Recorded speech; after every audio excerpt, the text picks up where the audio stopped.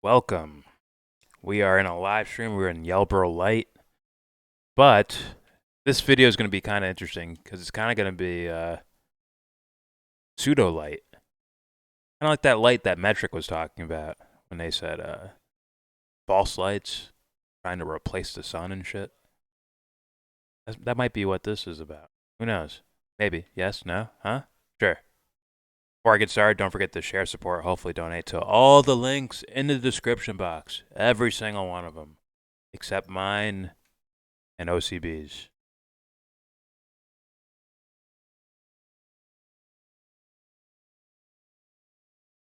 Donate to OCB. Anyways. Oh, and the snail. You can put her down on the list too. Alright, right. Donate, share, all the links in the description box. Do it.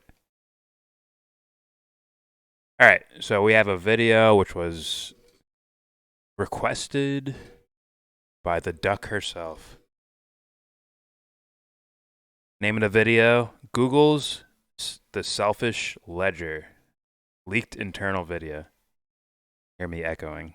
I want to mute me. Might want to mute me. Not mutiny, mute me. Alright. I don't know, that's fine. I'm just saying, you can hear the fights, but I don't know. I just heard it. Anyways. I've watched probably 30 seconds of this because I wanted to react to it. I was supposed to do it last week, I think, but I'm doing it now. And we're going to find out what exactly is in here. Maybe I try to use light as like a little theme here. But here we go. Google's The Selfish Ledger.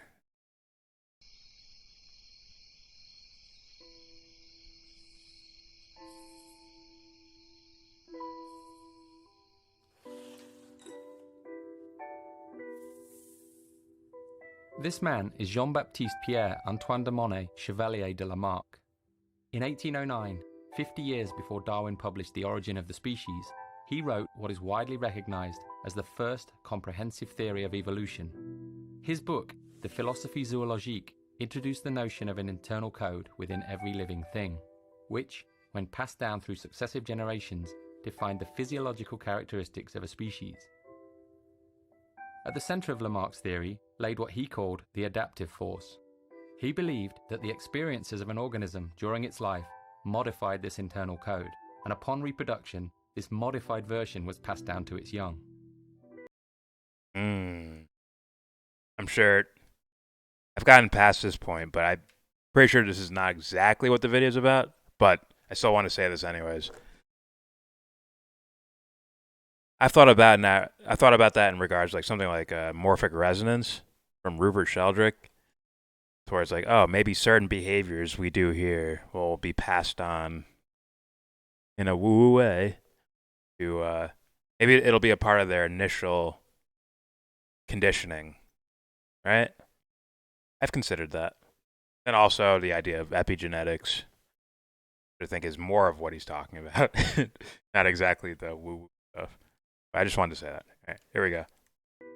Whilst not biologically accurate and ultimately superseded by Darwin's theory of natural selection, the epigenetic theories put forward by him are beginning to find new homes in unexpected places. The beehive, huh? When we use contemporary technology, a trail of information is created in the form of data.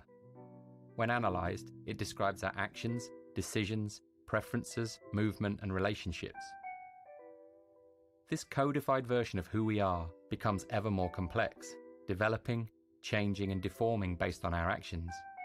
In this regard, this ledger of our data may be considered a Lamarckian epigenome, a constantly evolving representation of who we are.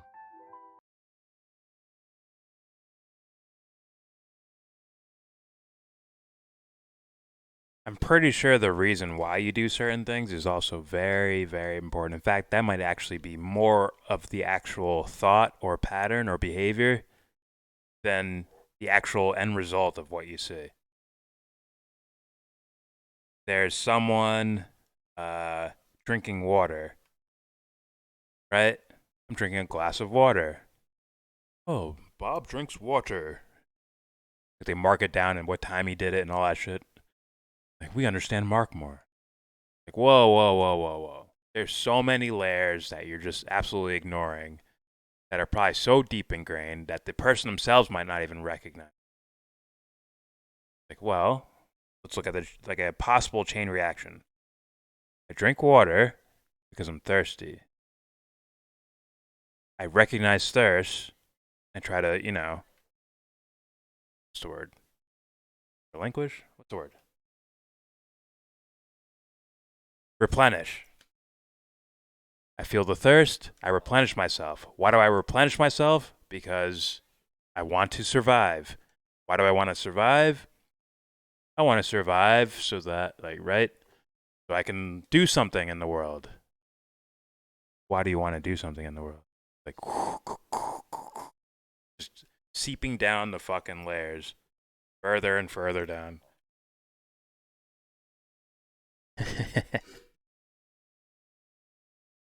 So just marking out data points of events that people do is not actually some sort of assessment of a person. It could be good evidence, but it's not a full blown, this is who this person is. You are your actions. No. Especially someone from the outside looking at it. I understand this. I've seen this action before. I understand who this person is now. No, you don't. Be pretending. Or you're God and you do know. But let's continue.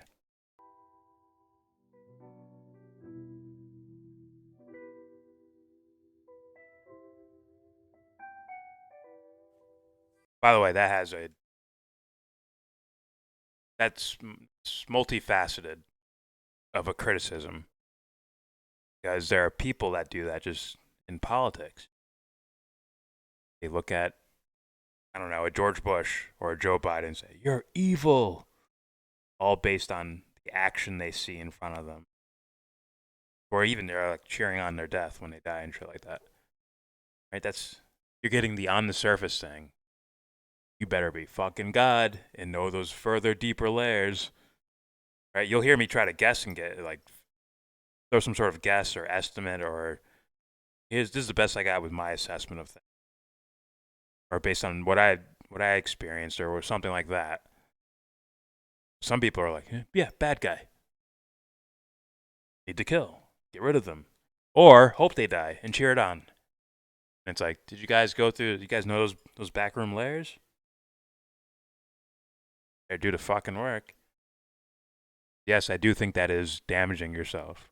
In fact, I think there's some subconscious notion like, I'm full of shit. Imagine that caring if you're wrong about much as caring about being right about something. Imagine that. Here we go. This is Bill Hamilton, one of the most significant evolutionary theorists of the 20th century. His work studying the social structures of ants, bees, and wasps Look like had a gold. profound effect on our understanding of the role of genes in social behaviors such as altruism. He believed and went on to Those machines, or were they like, did they like spray them with some silver shit or something? prove that the driving force behind evolution was not the individual, but the gene. He stated that the ultimate criterion which determines whether a gene will spread is not whether the behavior is to the benefit of the behavior, but whether it is to the benefit of the gene. In the mid-19th, That means no you. Point blank period. I'm sure there's a lot of people in the audience that would, if they watch this video, would probably like, yeah, it's about genetic code. That's why certain people do certain things or behave a certain way, and so on and so forth. Or they'll do the environmental version. Right? It's kind of the same notion as far as when selfhood or choice or something like that is on the table. Kind of, you're getting the same thing if you say environment or genetics or both. And if that was your notion of the world, I'd say, well, then what's the fucking point? That's kind of where I throw my hands up. We can argue about disagreeing about that, but at the same time, it's like, that's what you really believe, then what? Anyways, here we go. 1970s, the British evolutionary biologist Richard Dawkins built on the work of Hamilton and others to popularise the concept of the selfish gene. In his book of the same name, he introduced the notion of a gene which, whilst devoid of any motives or will, could be metaphorically and pedagogically described as if it were. In this model, the I'll keep playing. individual organism is a transient carrier, a survival machine for the gene. User-centered design principles have dominated the world of computing for many decades, but what if we looked at things a little differently? What if the ledger could be given a volition or purpose, rather than simply acting as an historical reference? They kind of leaped over things. It seems somewhat like what they're saying there in regards to like genes, that, okay, the reason why person A likes person B or loves person B is that it's not actually love, it's that she has really good childbearing hips. That's what's happening on the subconscious realm, according to probably like a Dawkins or a Joe Rogan or someone like that, right? Then you see like their possible vapid behavior, and you're like, wait a minute. Like, oh, this makes sense. Now it makes sense why you're just like, I just go along to get along. Like, oh, you don't believe in anything deep, do you?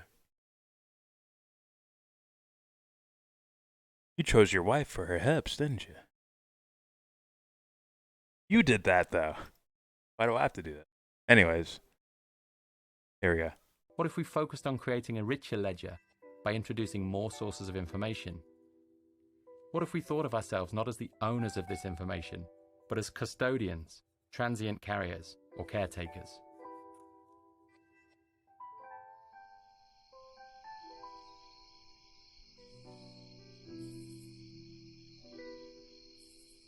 Initially, the notion of a goal-oriented ledger may be user-driven. As an organization, Google would be responsible for offering suitable targets for a user's ledger. Whilst the notion of a global good is problematic, topics would likely focus on health or environmental impact to reflect Google's values as an organization. Once the user selects a volition for their ledger, every interaction may be compared to a series of parallel options. If one of these options allows the ledger to move closer to its goal, it will be offered up to the user. Over time, by selecting these options, the user's behavior may be modified and the ledger moves closer to its target.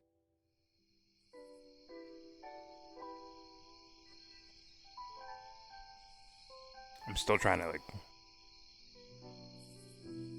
As this line of thinking accelerates and the notion of a goal-driven ledger becomes more palatable, suggestions may be converted not by the user, but by the ledger itself.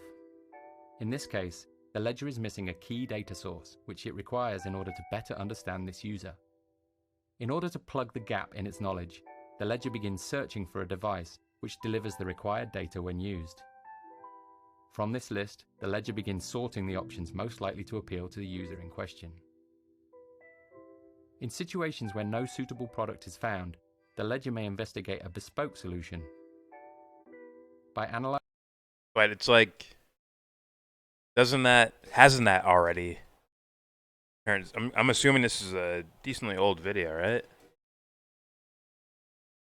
This video was uploaded on this channel 2018, but this has to be before that, right? Because this is like, that's already well known as about them. Like, you search for certain words and all of a sudden it's looking for whatever product, right? It gets a trend of, hey, you like this product, how about we recommend this product, right? Now, I can somewhat see, I can see how that can be used in a positive way, right? As long as you have the option to turn it off if you wanted to, right? But even more worrisome than the shopping aspect of things, the advertisement aspect of things, it's definitely the, right, YouTube, or Google owns YouTube, and then you see the video recommendation, that type. That's a similar concept, right? you watched this before, so we're gonna recommend this. In fact, it doesn't even work like that. Honestly, it's more like I watch this type of video over and over and over again, and rarely get recommended. I watch one of these type of videos, and now it's always recommended. So it's like it's not actually even working in the fair way that they probably advertise it as. Uh, but yeah, that's like a play on thinking, bro. To like try to discriminate between what you get to see and not see based on some unturn offable fucking recommendation thing.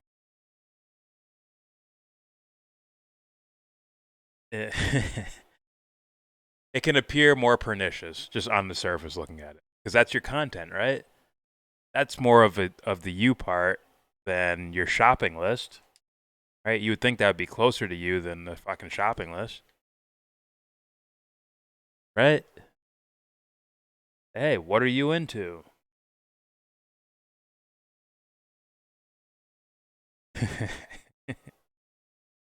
All right, and they're kind of like they're trying to bypass that, and then also announce that that's you at the end of it.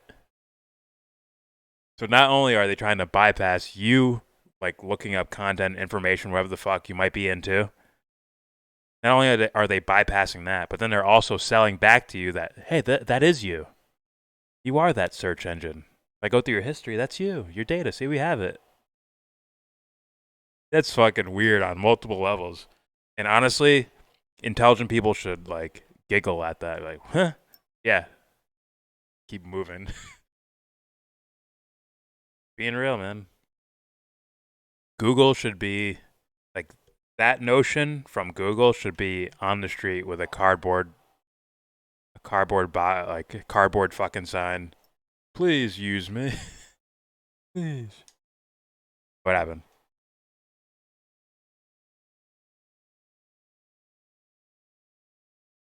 All right, here we go. Analyzing historical data, it is increasingly possible to discern qualitative information such as taste and aesthetic sensibility, which may be used in the creation of a design proposal. With the advent of technologies such as CNC milling and the emergent possibilities of 3D printing, a custom object may be created to trigger this user's interest. In this way, the ledger is able to plug gaps in its knowledge and refine its model of human behavior.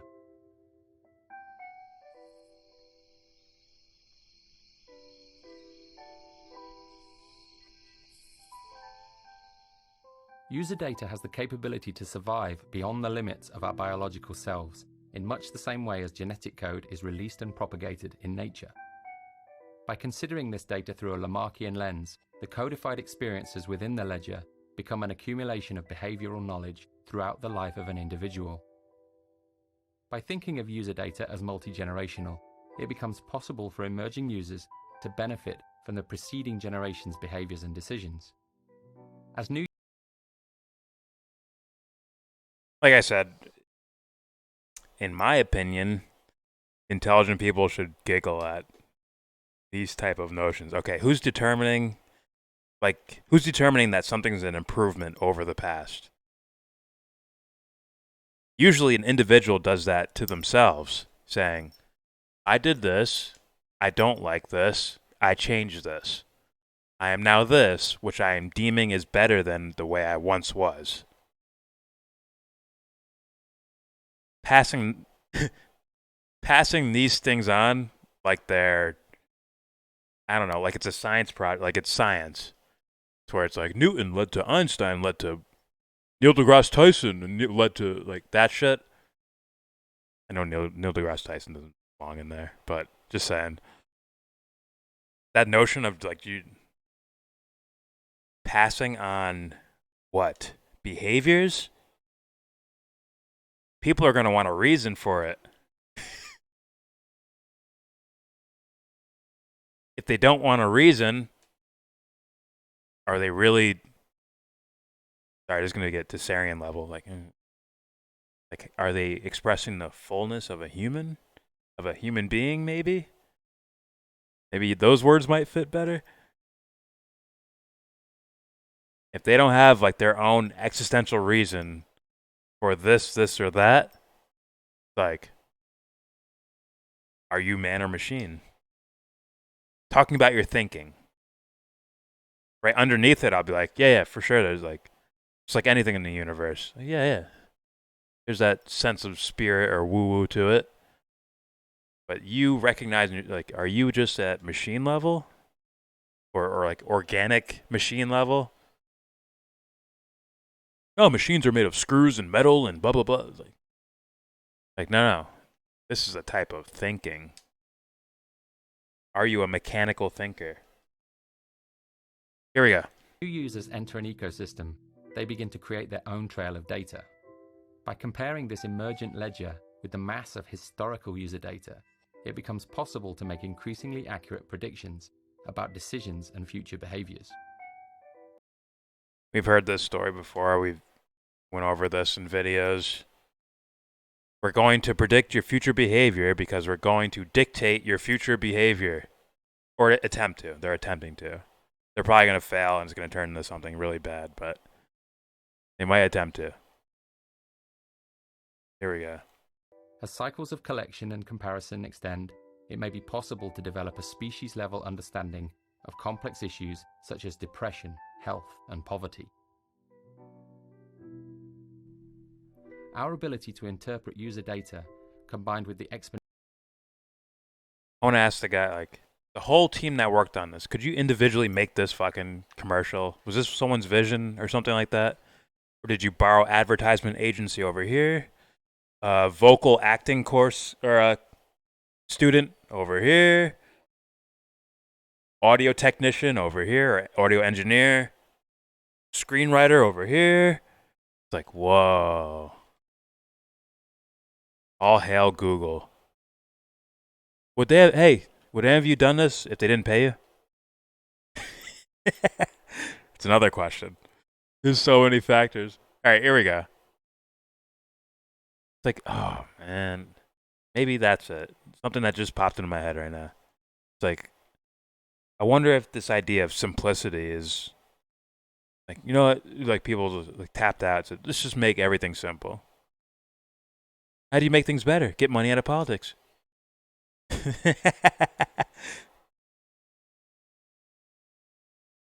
Hey, what do you guys want? Material results.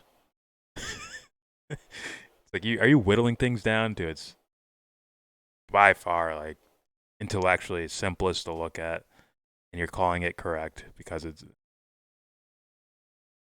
I actually think my way is simpler. Way more complex for you on your own level for you. Here we go. exponential growth in sensor-enabled objects will result in an increasingly detailed account of who we are as people. As these streams of information are brought together, the effect is multiplied. New patterns become apparent and new predictions become possible.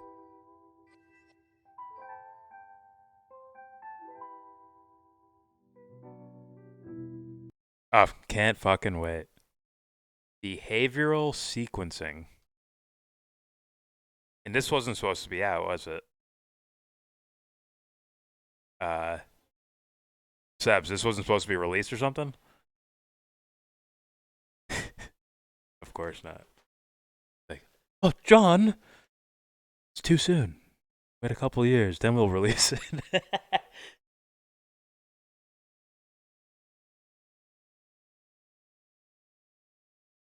Oh, shit. You can make things simple, but not on the way most people say it, which is skipping steps, as you call it. Yes. Uh, instant gratification. Wanting instant gratification for something instead of delayed gratification. That's a big deal. That's a major deal. Hey, how do you know about it? Fuck it, man. Trust science. You just keep going. See how much of a non-statement that is. There's like nothing to that. Just trust science. What does that even mean? Like which science? You ask too many questions. Keep it simple, man.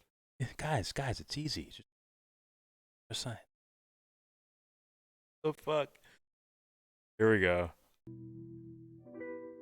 Since the 1970s, huge efforts have been made in sequencing the human genome. YellBRo dark. Today, after many years of research and billions of data points, that sequence is known. By adopting a similar billions have been made in Since the 1970s, huge efforts have been made in sequencing the human genome. Today, after many years of research and billions of data points, that sequence is known. By adopting a similar perspective with user data, we may begin to better understand its role. Just as the examination of protein structures paved the way to genetic sequencing, the mass, multi-generational examination of actions and results could introduce a model of behavioral sequencing. As gene sequencing yields a comprehensive map of human biology, researchers are increasingly able to target parts of the sequence and modify them in order to achieve a desired result. As patterns begin to emerge in the behavioral sequences, they too may be targeted. The ledger could be given a focus, shifting it from a system which not only tracks our behavior, but offers direction towards a desired result. That's called magic.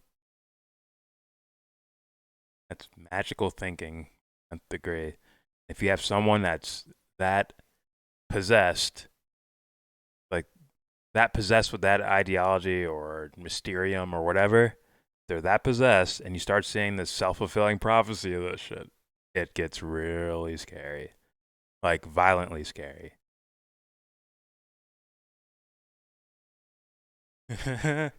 Like very fucking dark.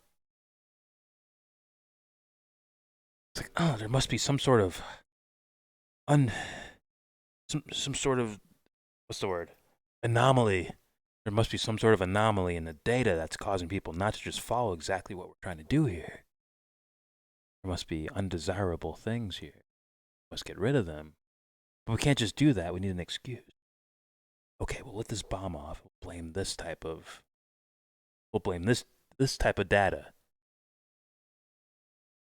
By data, they mean people who think this way or are like into this or whatever. Scary shit. Here we go. We are at the very beginning of our journey of understanding in the field of user data.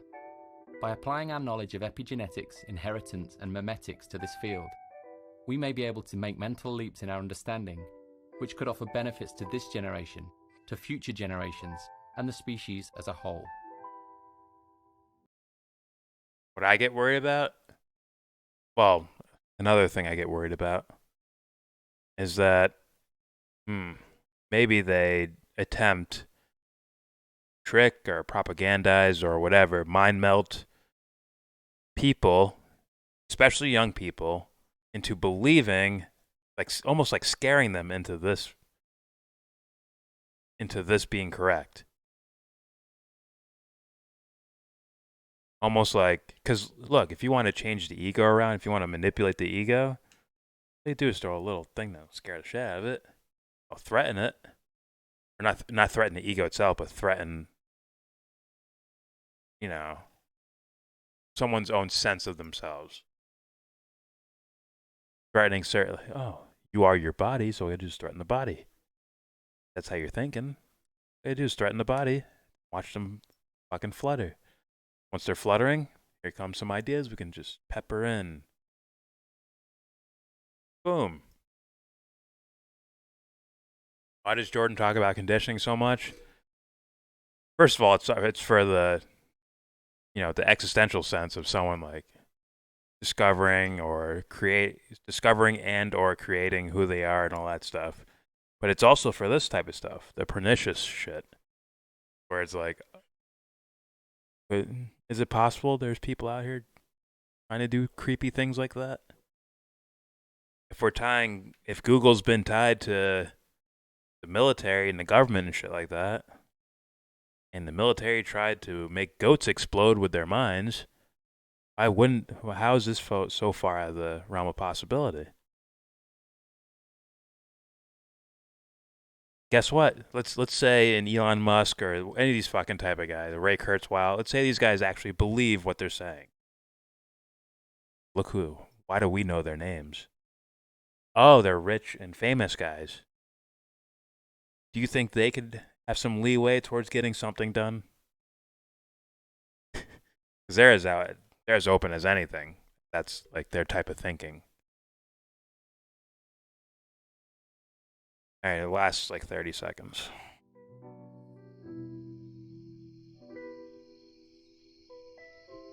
Oh, okay, I guess.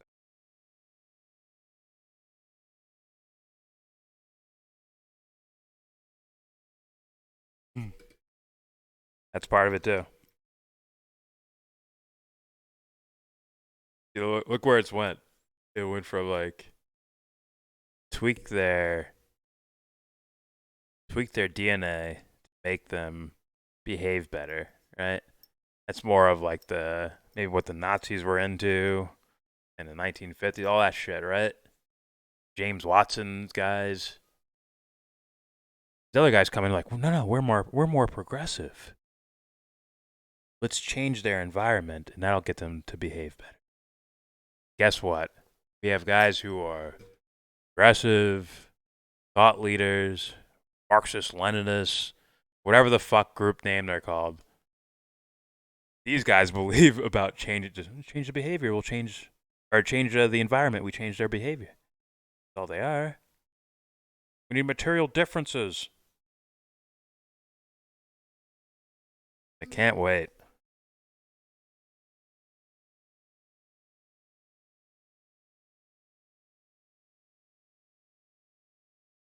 How about things that are environmentally in the way? What if there's someone who makes a better argument?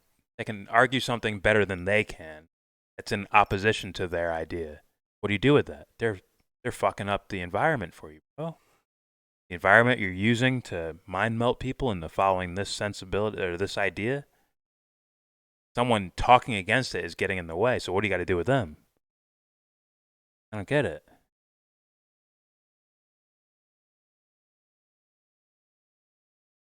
Like, what should be just creepers versus creepers having an ideological battle? No, they are their genetics. No, they're their environment. Just them battling it out. Meanwhile, the normal people are like, no, I'm me. Yeah. I'm myself. Yeah. Shut up. Pick up a sign. Pick a team. Fucking interesting. All right, that's it for this video. Forgive my ramble. Don't forget to subscribe if you like, comment, agree, disagree, tell me what you think. Yeah, they not only did they mention they tied genetics like directly into like, well, we could do this with data instead of the human genome. It's the human data point or whatever the fuck they're gonna call it. Tell me what you think. Is this even possible? Is this being planned out? Do you think like, nah, this is too far fetched? They would never actually do. That's why it didn't get released in the first place, or whatever. Right? Tell me your thoughts. Don't forget to share, support, hopefully donate to Devon's Journey to Recovery, to helping victims of Africom, to Cohen Daly, the Australian boy. Donate to him. Also, some content creators, Stevie, aka Redneck Economics, Sleepy J, Buy Him a Coffee, and optionally, Ali Alexandra. All links in the description box. And with all that said, give this video. Wait. Based on your digital performance lately, you will give this video a thumbs down.